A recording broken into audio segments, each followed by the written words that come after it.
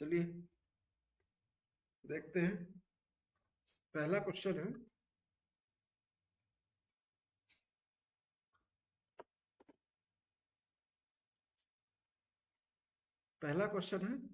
Which of the following statement is not true.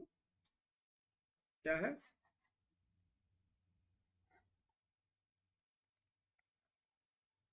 देखिए, not true regarding the parliament of India. वो कह रहे हैं कि ऐसा कौन सा स्टेटमेंट है जो पार्लियामेंट के अकॉर्डिंग सही नहीं है। तो इसका ऑप्शन देखते हैं। First option A, the constitution provide for a parliamentary form of government. No doubt, parliamentary form of government. B देखते हैं, इसका option B, the function of the parliament is to provide for a cabinet. बिल्कुल सही बात है। C, the membership of the cabinet is restricted to the lower house. यही विचार करेंगे। The cabinet enjoy the confidence of the majority in popular chamber of house. The cabinet enjoy the confidence of the majority of the popular chamber of house.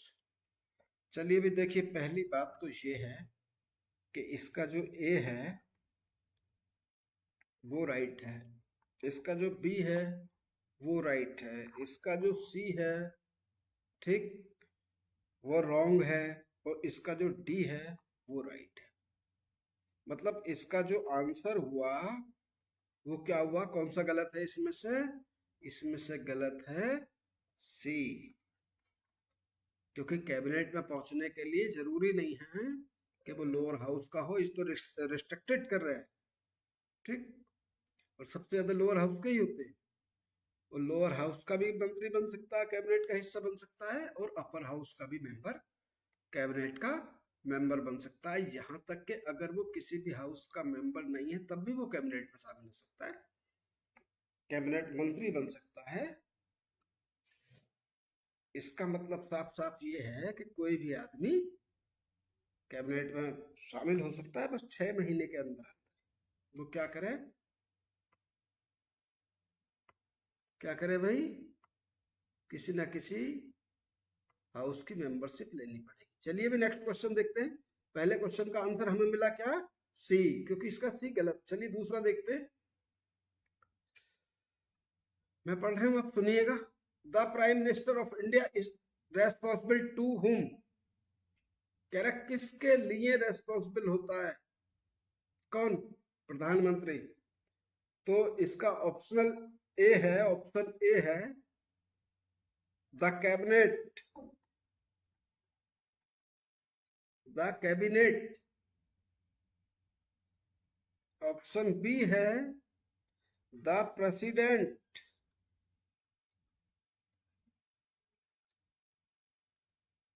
The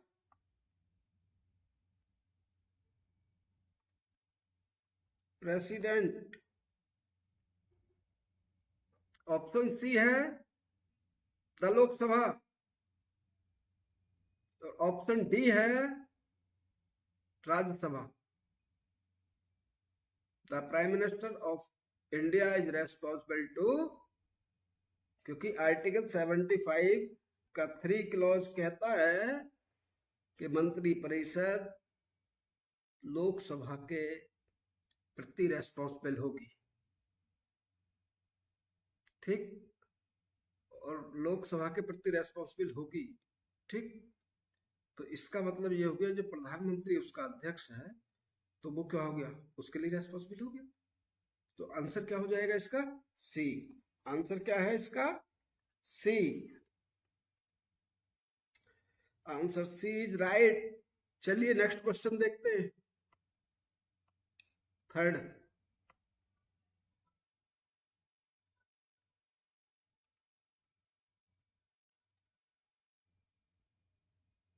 the council of minister is collective responsible.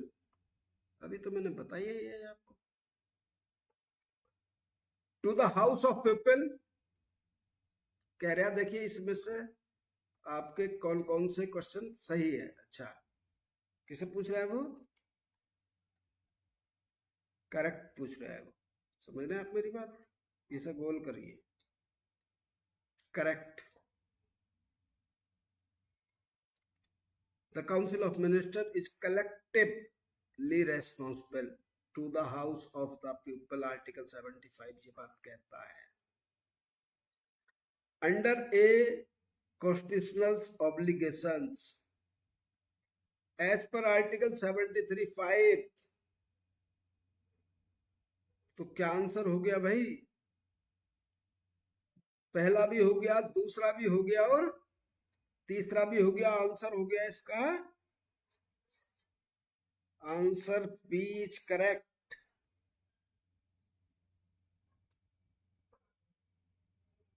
समझ रहे हैं आप? चलिए next question देखते हैं, question number 4।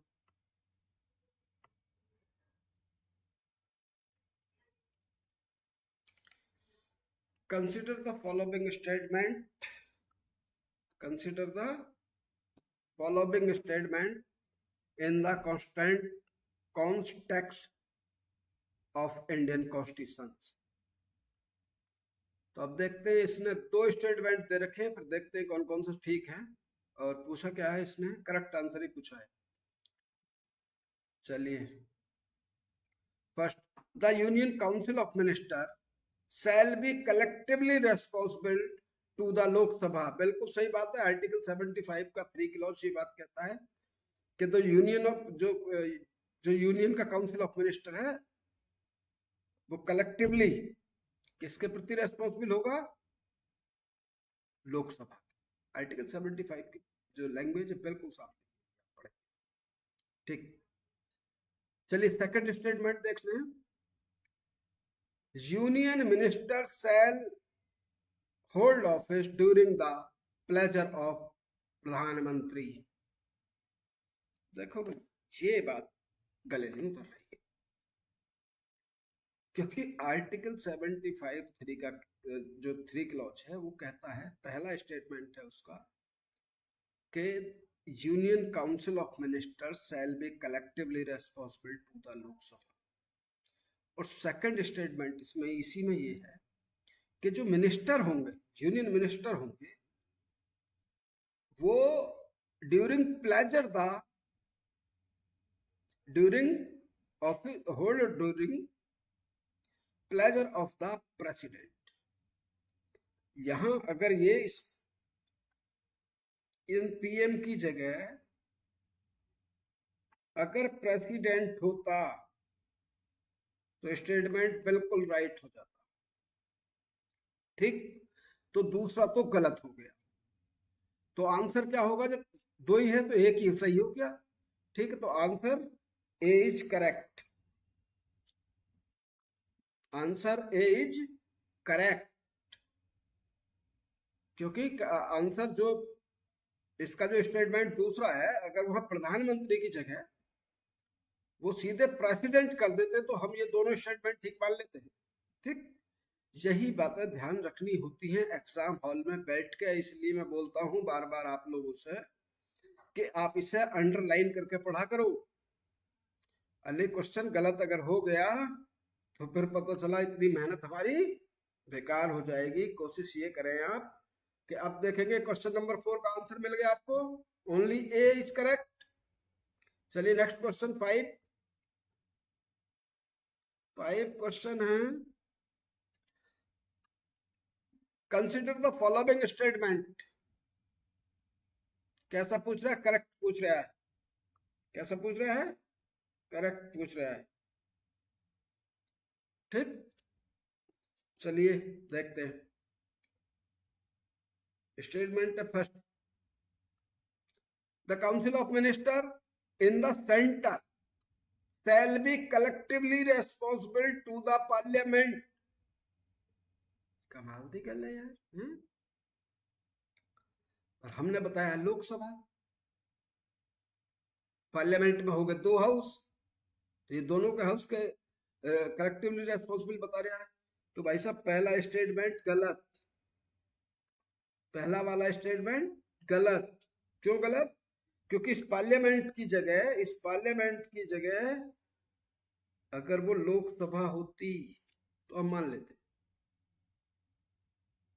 ठीक, अब चलिए सेकंड स्टेटमेंट क्या है इसे और देख लेते हैं। The union minister shall hold the office during the pleasure of the president of India. Good, यही बात अगर अभी इससे पहले वाले क्वेश्चन में थी नहीं, वहां प्रेसिडेंट ऑफ इंडिया ना होकर क्या था, पीएम ऑफ इंडिया था। तो इसलिए दूसरा स्टेटमेंट तो 100% बिल्कुल सही है। ठीक, पहला स्टेटमेंट क्यों गलत हुआ है? क्योंकि उसमें पार्लियामेंट लिख रखी है और वो पार्लियामेंट के प्रति रेस्पॉन्सिबल नहीं होता, वो किसके होता है? लोकसभा के प्रति रेस्पॉन्सिबल होता है कलेक्टिवली रूप से। ठीक, तो दूसरा स्टेटमेंट सही है। चलिए अब तीसरा स्टेटमेंट देखते हैं इसका। The prime minister shell communicated to the president about the proposal of legislation.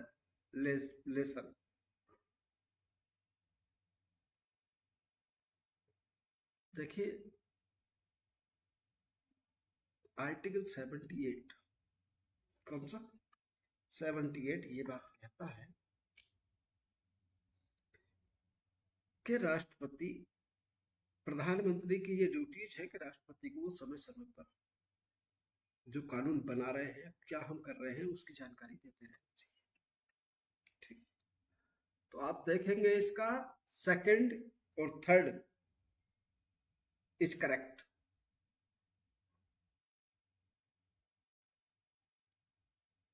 तो आंसर क्या हो गया? आंसर हो गया बी, 2 और 3।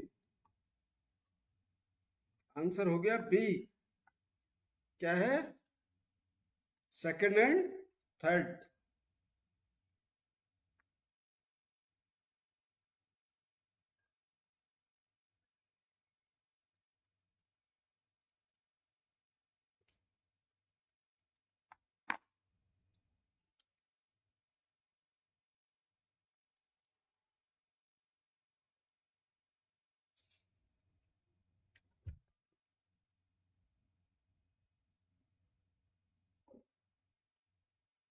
ठीक भाई, तो आंसर क्या हो गया इसका? B, 2 and third. चलिए नेक्स्ट क्वेश्चन देखते हैं।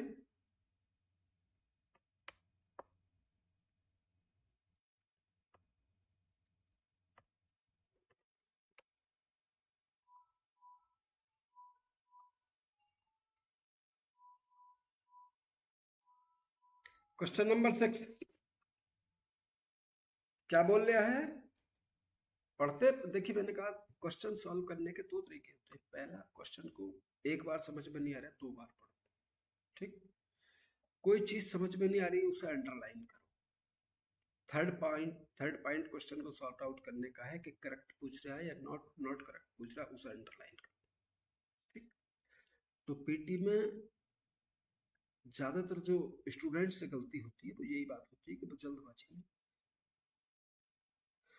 क्वेश्चन को सॉल्व करने की कोशिश करते हैं और गलती कर जाते हैं। चलिए question number 6, the number of Lok Sabha members required to table non confidential motion against the council of minister. हाँ भाई, कोई बताएगा इसका आंसर? फैक्चुअल आंसर है और फैक्चुअल आंसर आपको, इसका आंसर है सी। कितने लोग? 50 लोग।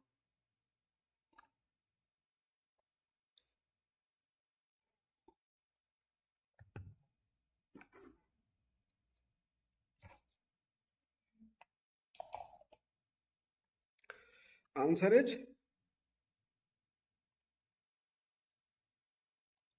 सी।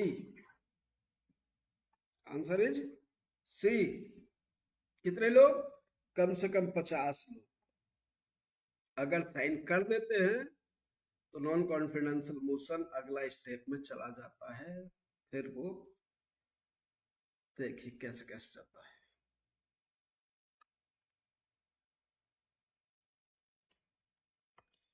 चलिए नेक्स्ट क्वेश्चन देखते हैं, 7वां।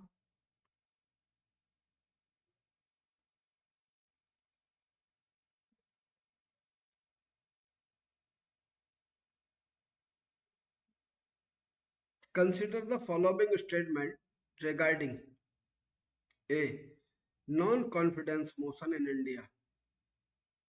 ये चीज अब आपको पढ़नी है, इसमें से किसका क्या ढूंढना है, करेक्ट आंसर ढूंढना है। कौन सा ढूंढना है, करेक्ट। क्या है भाई, किसके बारे में पूछ रहा है वो, नॉन कॉन्फिडेंशियल मोशन के बारे में, non confidential motion in India. ठीक, पहला स्टेटमेंट है, सुनिए, there is no mention of a non confidential motion in the constitution of India. भाई ये बात तो समझ में आएगी, जब नहीं है तो कैसे हटा रहे हैं, प्रोविजन तो है। चलिए दूसरा, a motion of non confidential confidence can be introduced in the Lok Sabha only। ये बात बिल्कुल सही है, ठीक। There is no mention of a no confidential motion in the Constitution of India। देखिए वो नहीं है, लेकिन इसका मतलब ये नहीं, कहीं ना कहीं से हम उसका लिंक नहीं जोड़ लेते, कहते कलेक्टिव रूप से रेस्पॉन्सिबिलिटी, ठीक है। There is no mention of a non-confidential motion in the Constitution of India। A motion of non-confidence can be introduced in the Lok Sabha। दूसरा तो बिल्कुल सही है, पहले वाले को हम आंसर मान सकते हैं, इसलिए आंसर हो गया इसका 1 और 2, यानी कि आंसर हो गया C, both first and second. चलिए नेक्स्ट क्वेश्चन, 8वां।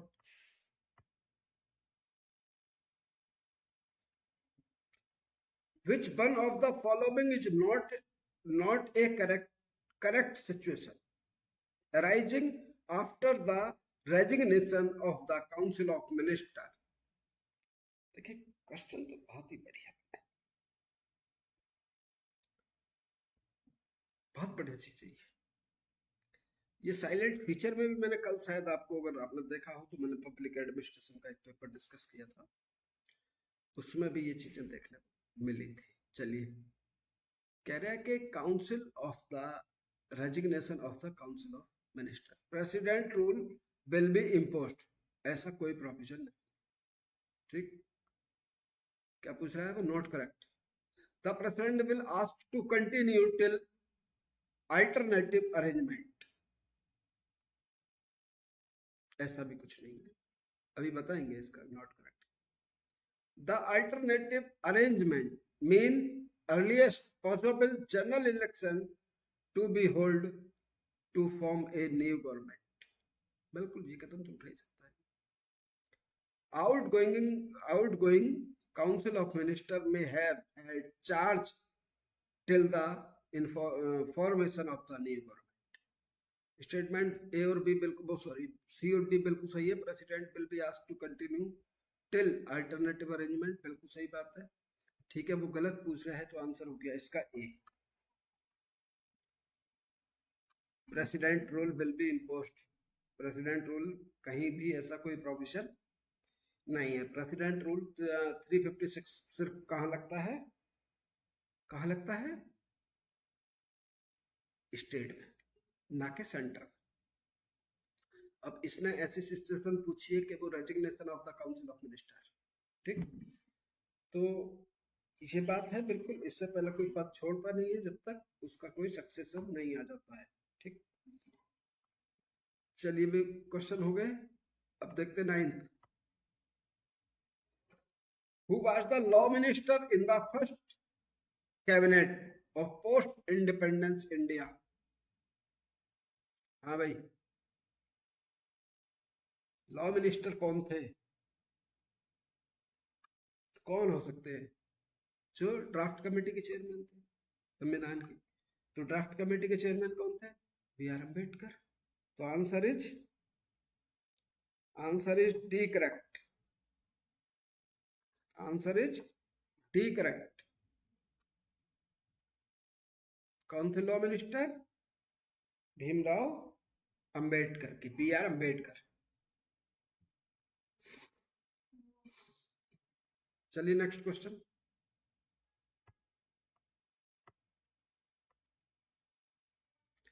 क्वेश्चन नंबर 10 है, who among the following held the office of the prime minister of India more than once? हाँ भाई, किस किस कौन कौन आदमी एक एक दो दो बार रहे?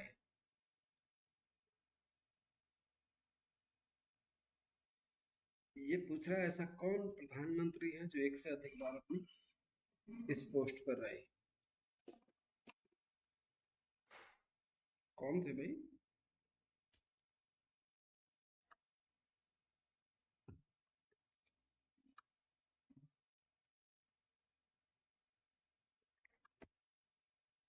जवाहरलाल नेहरू बिल्कुल रहे। ठीक, यानी कि ए इज राइट। दो,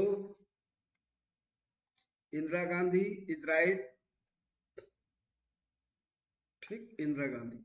ठीक, गुलजारी नंदा नहीं। ठीक, और 4 नंबर क्या है? अटल बिहारी वाजपेयी। बिल्कुल सही बात। तो आंसर हो गया 1 2 4। आंसर हुआ इनका 1 2 4। 1 2 4। तो आंसर हो गया इनका सी। आंसर क्या हो गया इनका? सी। ठीक, चलिए नेक्स्ट क्वेश्चन देखते हैं। 11th क्या कह रहे हैं? Which prime minister dead outside India? तो आपको पता ही कौन थे वो। कौन से थे? शास्त्री जी। कहाँ? ताशकंद, शिमला समझौता। तो आंसर इज सी, लाल बहादुर शास्त्री जी। अभी तक इनके मौत के कारणों का पता नहीं लगा है। लोगों के अलग अलग तरीके के आरोप हैं, कंफर्म नहीं कह सकते। चलिए भाई, क्वेश्चन नंबर 12 जो मैच करने के लिए आया, लिस्ट फर्स्ट और लिस्ट सेकंड उसमें दे रखी है। ठीक है,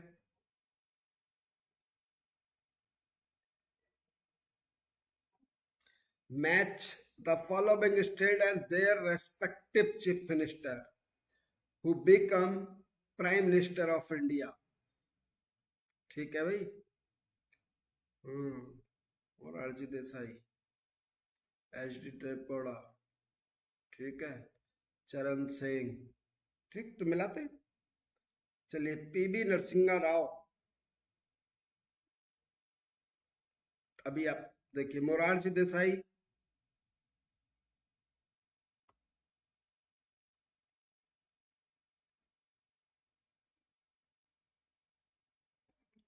पहले आप देखते हैं पीबी नरसिंहा राव, सीधे सेकंड। ए का, यहां लिखते हैं ए का सेकंड,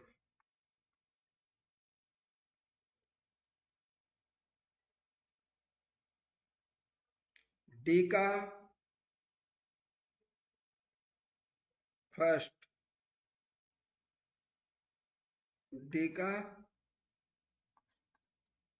डी का फर्स्ट, मिलाते रहेंगे। नरेंद्र मोदी जी, डी सी, यानी कि ई का,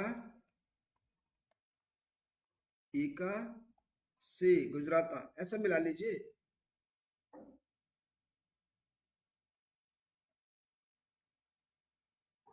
देखिए, पीबी नरसिंहा राव आंध्र प्रदेश, मोरारजी देसाई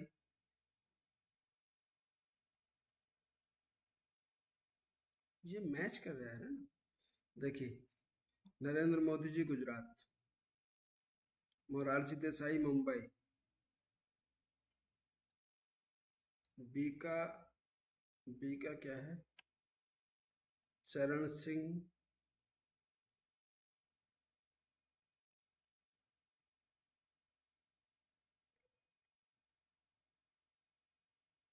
ए का सेकंड, बी का फर्स्ट,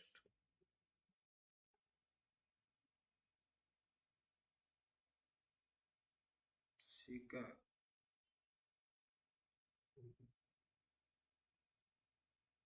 डी का फर्स्ट,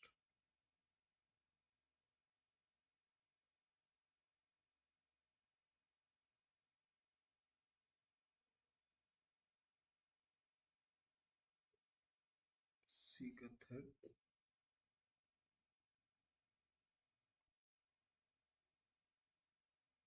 ई है ही नहीं, ई का थर्ड, बिल्कुल सही बात है, ई का थर्ड, तो डी का फर्स्ट, बिल्कुल सही। यहाँ से लाते हैं इसे मिलाकर। ई का थर्ड, डी का फर्स्ट, सी का फोर्थ, फोर्थ, ठीक है। Answer is D.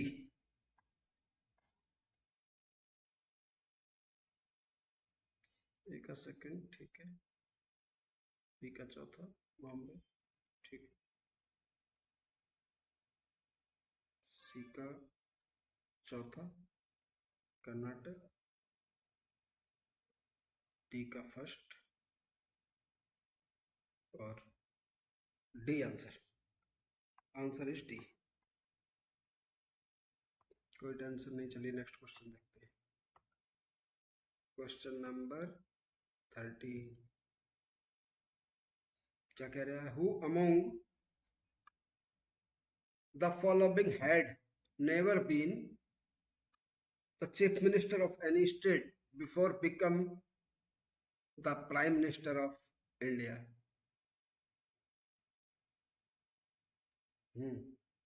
S D Deve Gowda भी रहे, पीवी नरसिंह राव भी रहे, मोरारजी देसाई भी रहे, लेकिन चरण सिंह, चंद्रशेखर नहीं रहे कहीं के भी सीएम, और वो सीधे पीएम बने। Answer is C, Chandrashekhar, Chandrashekhar. चलिए next question. Which one of the following Prime Minister of India never attended the Parliament during his tenure? ये तो आप जा नहीं सकते हो आप। Chaudhary Charan Singh. Answer is D, Chaudhary Charan Singh.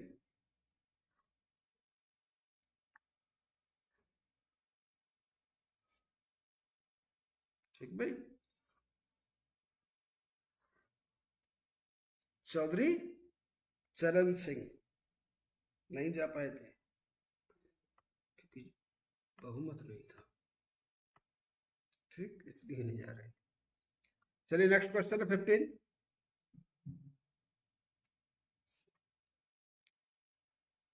ये कह रहा है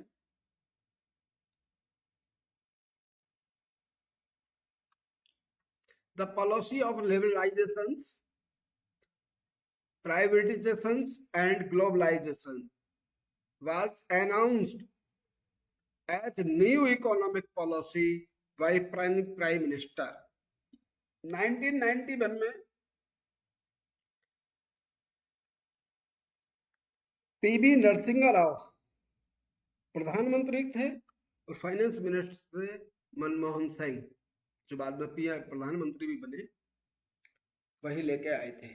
ठीक है, तो कौन थे? पीवी नरसिंह राव। 1991 की बात है और इसका आंसर हो गया सी। आंसर इज सी।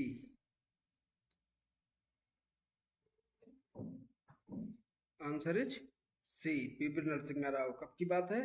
1991 की बात है। ठीक, क्या लाए? एलपीजी, एलपीजी लाए। चलिए question number 16।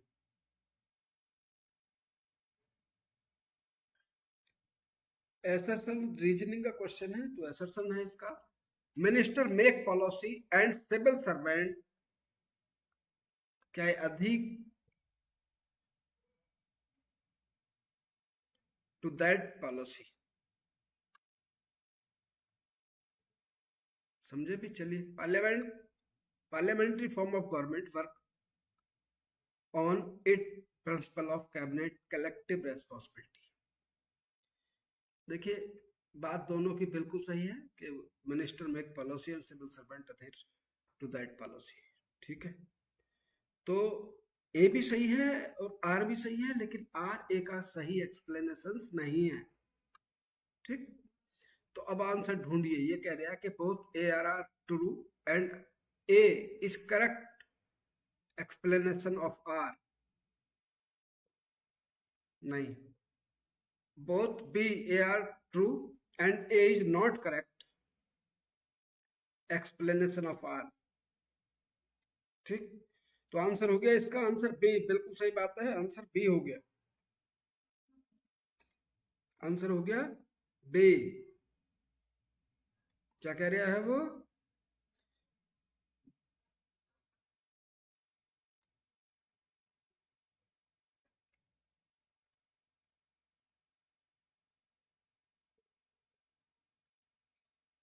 Answer B.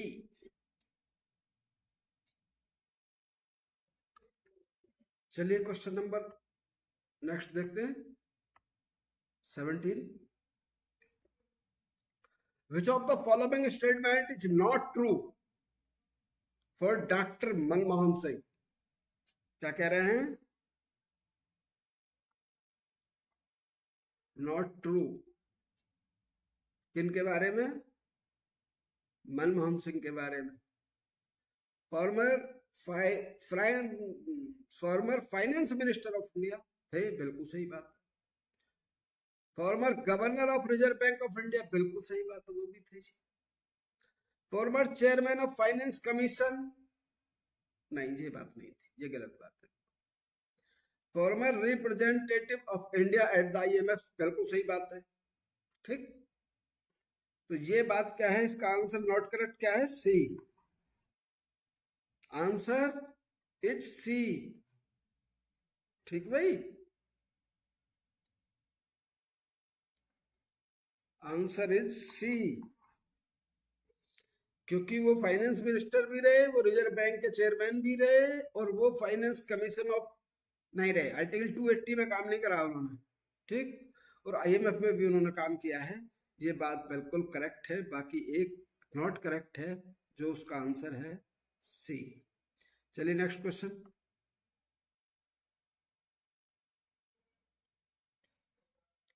18th question है, consider the following statement and choose the correct answer from the code given below। Assertion का क्वेश्चन है, describing a person as deputy PM is a political decision. बात बिल्कुल सही है भाई, कहीं constitution में तो ऐसा कोई प्रोविजन है नहीं, लेकिन डिप्टी प्रधानमंत्री जो होते हैं, जो PM होते हैं, वो जनरली होम मिनिस्टर होते हैं।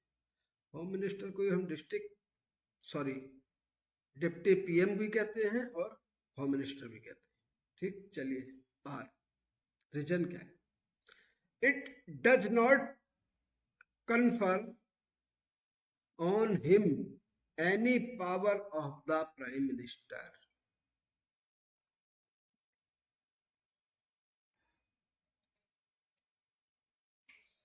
बात ये भी सही है, प्रधानमंत्री के रूप में इन पर कोई वर्क या पावर तो होती नहीं, किसके लिए, पॉलिटिकल सेटिस्फेक्शन है ये। ठीक है, कह सकते हैं पॉलिटिकल डिसीजन, पॉलिटिकल सेटिस्फेक्शन है, इसके साथ जुड़ा हुआ कोई ऐसा रेस्पॉन्सिबिलिटी या कोई ऐसी वर्क नहीं है जिसे इन्हें करना होता है। एक्चुअल में ये सिर्फ होम मिनिस्टर होते हैं, होम मिनिस्टर को ही हम कह सकते हैं कौन है वो, डिप्टी PM है। ठीक, तो पॉलिटिकल डिसीजन है। हाँ, तो अब देखिए, A R true and R is the correct explanation of A. दोनों सही है, but R is not a correct expression of A.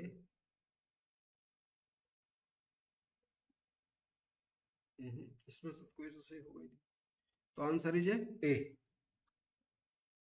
Answer A. क्योंकि देखो, इस आधार पे मैं आपको बता रहा हूँ कि वो एक पॉलिटिकल डिसीजन है। बात बिल्कुल सही है, लेकिन ना इसके साथ कोई confirm on his any power of the prime minister. ठीक, तो बिल्कुल सही बात है। चलिए नेक्स्ट क्वेश्चन है 19। The office of the deputy PM was created under the original constitution। बिल्कुल गलत बात है, कहीं नहीं है। Is an extra constitutional growth कह सकते हैं। was create by नहीं, was create नहीं, आंसर इज बी। संविधान के बाहर की चीज है, ठीक है। एक्स्ट्रा कॉन्स्टिट्यूशनल ग्रोथ है ये एक बहस का मुद्दा है, कोई काम इस पर है। ठीक भाई, कोई काम इन्हें है नहीं। चलिए 20 क्वेश्चन, क्वेश्चन नंबर 20। ये कह रहा है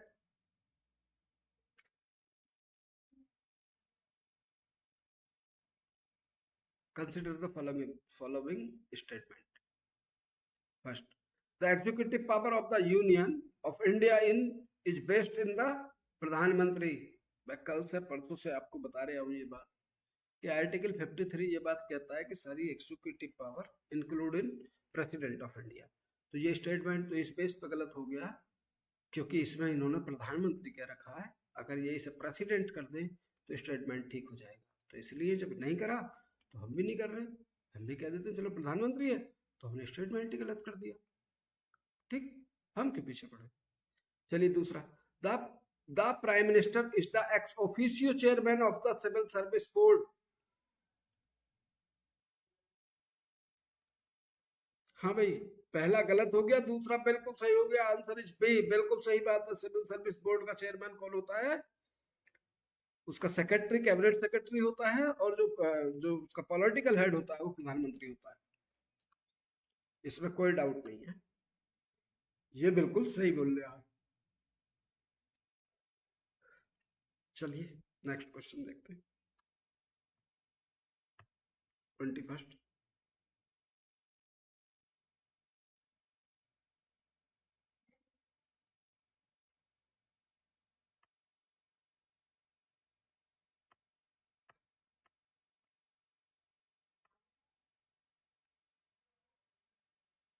हाँ भाई, question 21, with reference to union government consider the following statement. Union government से रिलेटेड कुछ स्टेटमेंट है जिन्हें कंसिडर करना है।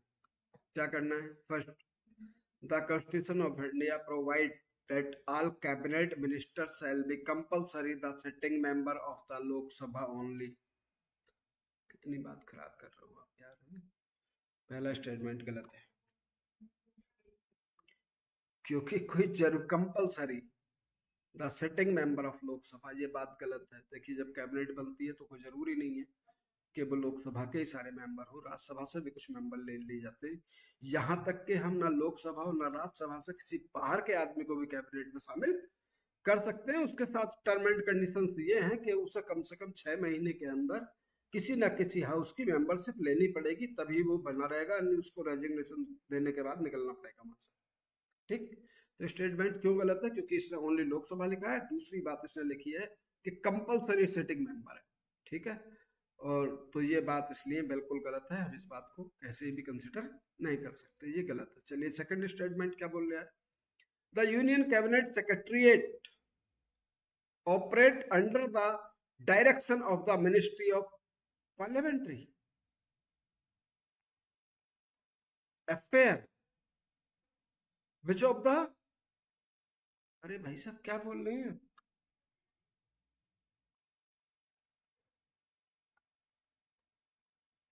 करेक्ट पूछ रहे हैं ना। तो भाई साहब ये तो हमारे दोनों नॉट करेक्ट है, दूसरा वाला स्टेटमेंट भी गलत है, दूसरा भी गलत है, तो आंसर हो गया is D. Neither one not two, ना पहला ना दूसरा, दोनों स्टेटमेंट गलत है, आंसर हो गया D.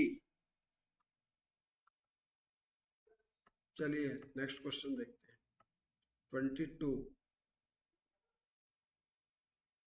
Question number 22, who is the highest civil service officer of the central government?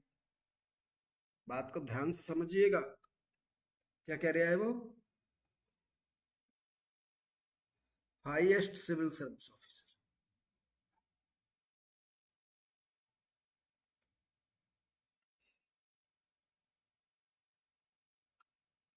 कौन होता है? Cabinet secretary.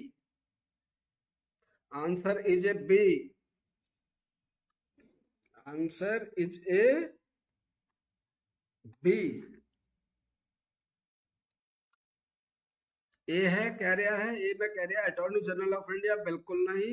दूसरे बी में कह रहा कैबिनेट सेक्रेटरी, बिल्कुल सही बात है। और सी में कह रहा होम सेक्रेटरी, और डी में कह रहा फाइनेंस सेक्रेटरी। तो इसमें से सबसे ज्यादा जो पावरफुल है, हाईएस्ट सिविल सर्विस का जो ऑफिसर है, उसका नाम है कैबिनेट सेक्रेटरी। चलिए नेक्स्ट क्वेश्चन देखते हैं। 23rd, which one of the following constitutional amendment state that the total number of ministry including the PM in the council of minister shall not exceed 15% of the total number of member of the house of peoples? देखिए कुछ चीजों को underline कर लीजिए और बात समझ लीजिए जो मैं कहना चाह रहा हूँ, या जो ये क्वेश्चन कहना चाह रहे हैं। वो कह रहा है कि council of minister shall not exceed 15,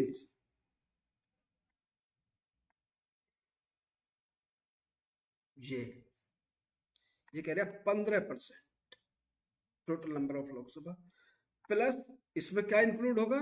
PM भी होगा। तो 91 कॉन्स्टिट्यूशनल अमेंडमेंट 2003 में हमने किया, 91 2003 में किया, और हमने कह दिया कि भैया देखो, जो ये काउंसिल ऑफ मिनिस्टर का आकार बढ़ाते जा रहे हो ना, तो हमें देश के लोगों का डेवलपमेंट करना, उनका वेलफेयर करना है, ना कि किसी एक आदमी का। इसलिए बहुत ज्यादा बर्डन हो रहा है हमारे राजकोष पर। ठीक, हमारा बजट में बहुत ज्यादा वजन बढ़ रहा है, इसलिए हर प्रधानमंत्री अपने काउंसिल ऑफ मिनिस्टर में लोकसभा के 15% ही मेंबर रख सकता है, इससे ज्यादा नहीं रख सकता है। ठीक, कब हुआ ये? 2003 की बात है। कौन सा कॉन्स्टिट्यूशन अमेंडमेंट हुआ? 91। इसका मतलब answer is A B, answer is A B, answer is A B. चलिए नेक्स्ट क्वेश्चन देखते हैं।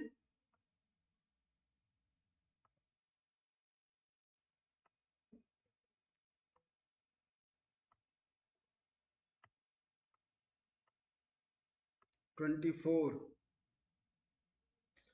'Who is the president of the Council of Scientific and Industrial Research?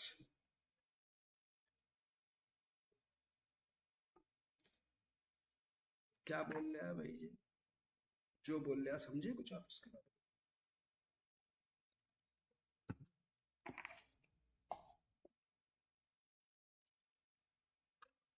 देखिए, who is the president of the Council of Scientific and Industrial Research? Answer is a C. Answer is a C. प्रधानमंत्री of India, answer is C.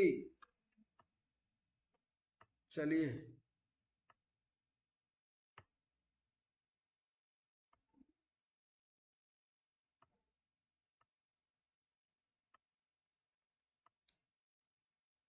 Question number 25, Which one of the following is not correctly matched? Jawaharlal Nehru, Shantivan, Shantivan, Vijay Ghat, Shakti Sthal, करम भूमि. Answer is not correct is D. Answer is not correct is D. They not match. शक्ति स्थल, विजय स्थल, शांति स्थल. हाँ ठीक है.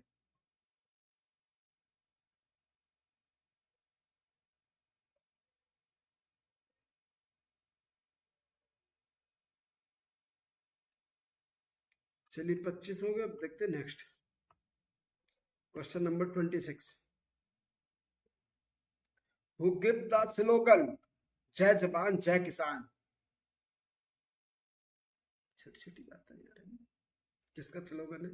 जय जवान जय किसान, Lal Bahadur Shastri. Answer is A B correct. Answer is A B correct.